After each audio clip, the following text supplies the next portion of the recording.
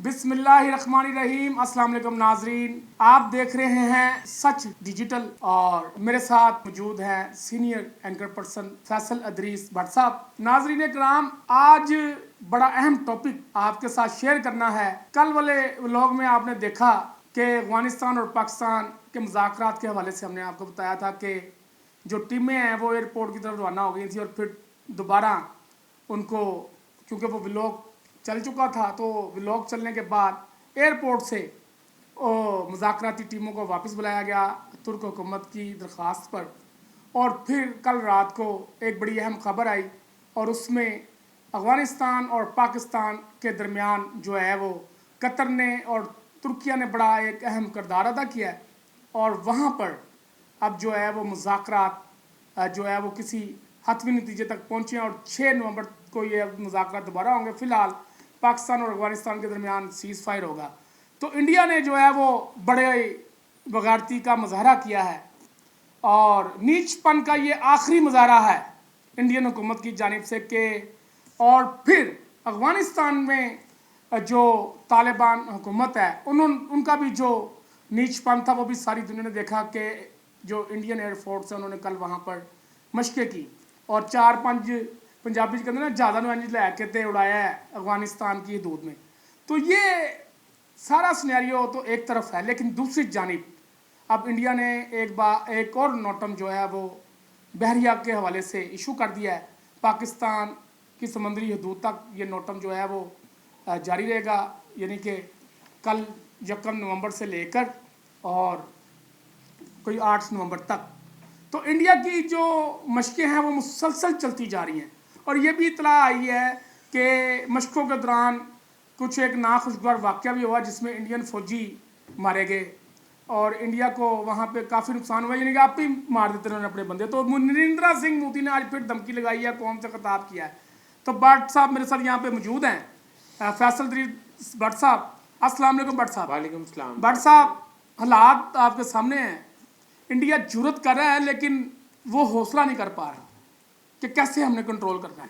बिस्मिल्लाहिर्रहमानिर्रहीम। इंडिया के बस की बात नहीं है। नरेंद्र मोदी जितनी बड़के मार रहा है और जितने ऑलफॉल बक रहा है, या आज जो उसने ऑलफॉल बके हैं उसकी पीछे वजह बंगाल का इलेक्शन वो बुरी तरह से हार रहा है, वो बिहार का इलेक्शन बुरी तरह से हार रहा है। उधर ममता बनर्जी और उधर लालू प्रसाद जो हैं वो कांग्रेस के इत्तेहादी हैं और वो उनका इक़्तिदार जो है वो उसे नज़र आ रहा है, जिसकी वजह से उसे आज कौम से ख़िताब भी करना पड़ा, क्योंकि जिस दिन से उसकी शिकस्त हुई है उस दिन से वो मंजर आम पर नहीं आया, ना ही उसने कोई बयान दिया है।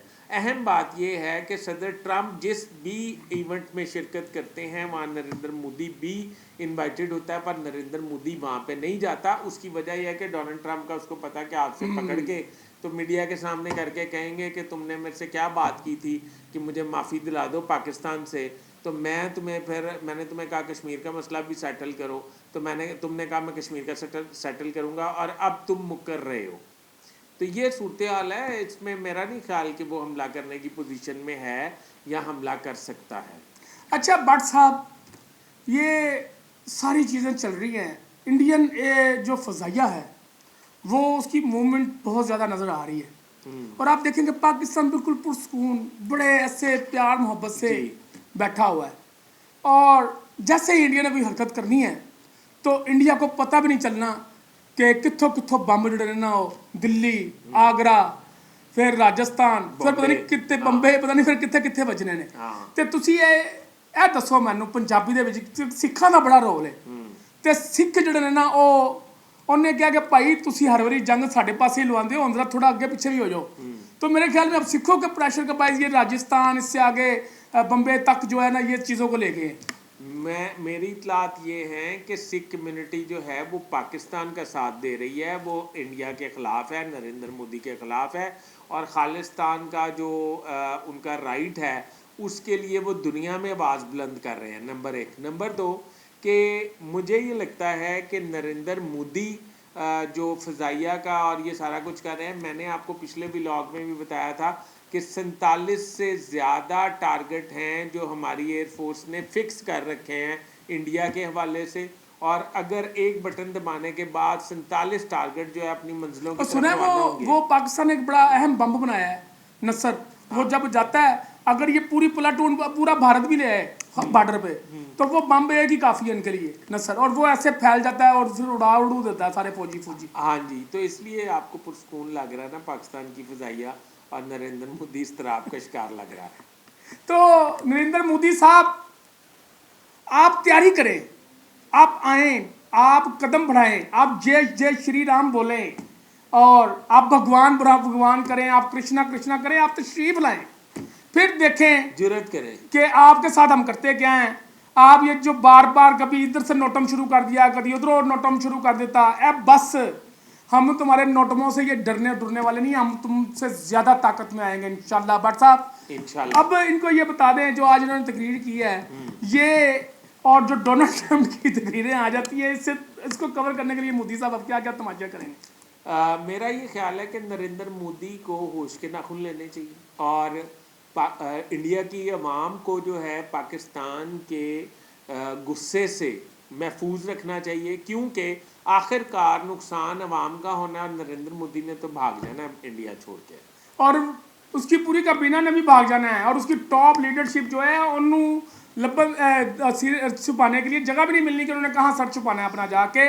تو ایویں انڈین عوام پہ مجھے ترس آ رہا ہے بٹ صاحب, انڈین عوام بیچاری جو ہے نا وہ ایویں ماری جائے گی. انڈین عوام کا کوئی قصور نہیں ہے, وہ ہمارے بھائی بہن ہیں. نریندر مودی جو ہے یہ مطلب ہوش کے ناخن لے, اس کو شرم آنی چاہیے. اور یہ جو جنگی جنون ہے نا, میں آپ کو ایک بات بتا دوں کہ یہ جنگی جنون پاکستان آرمی تو ایک طرف ہے, پاکستانی جو قوم ہے نا, جو بلوچی ہیں, جو سندھی ہیں, جو پنجابی ہیں, جو کشمیری ہیں, جو پوٹواری ہے, کوئی بھی ہے, جو پشتون ہے ہمارے, ان سب نے, جیسے آپ نے 10 مئی کو دیکھا کہ پوری قوم جو ہے وہ سڑکوں پہ آ گئی تھی. آپ لوگ تو بھاگ گئے تھے, آپ لوگ تو اپنے گھروں سے نہیں نکلے 10 مئی کو.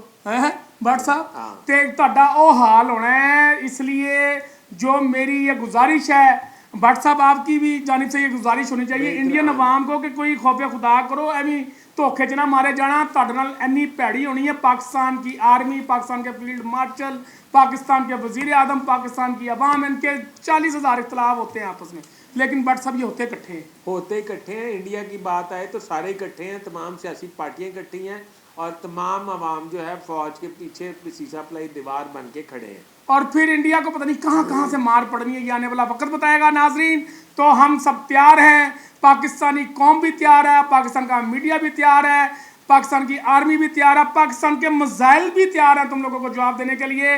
تو انشاءاللہ تعالیٰ پاکستان رہتی دنیا تک قائم رہے گا. مجھے اجازت دیجیے, نریندر مودی کو ہم جواب دینے کے لیے بالکل تیار ہیں. پاکستان زندہ باد.